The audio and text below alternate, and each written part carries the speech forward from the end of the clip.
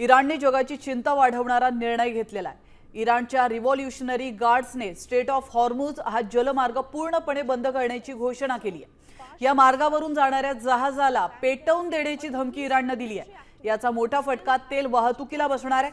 भारताच्या तेल आयातीवरही याचा मोठा परिणाम होऊ शकतो। त्यामुळे कच्च्या तेलाच्या किमती आता भडकणार आहेत।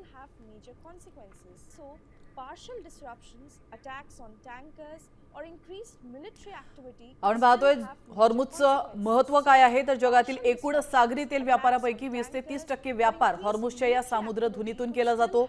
दररोज सरासरी 2 कोटी बॅरलहून अधिक तेल जहाजांद्वारे वाहून नेलं जातं।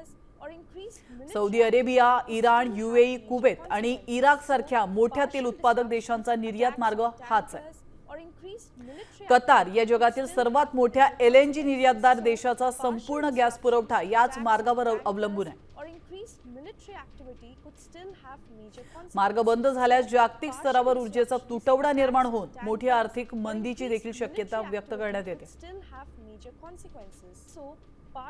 भारताला मिळणारे बहुतांश कच्चं तेल आणि नैसर्गिक वायू याच मार्गाने येतो।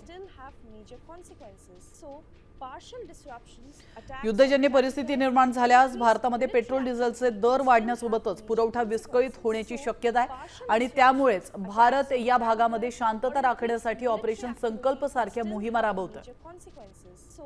Partial disruptions, attacks on tankers, or increased military activity could still have major consequences. So, partial disruption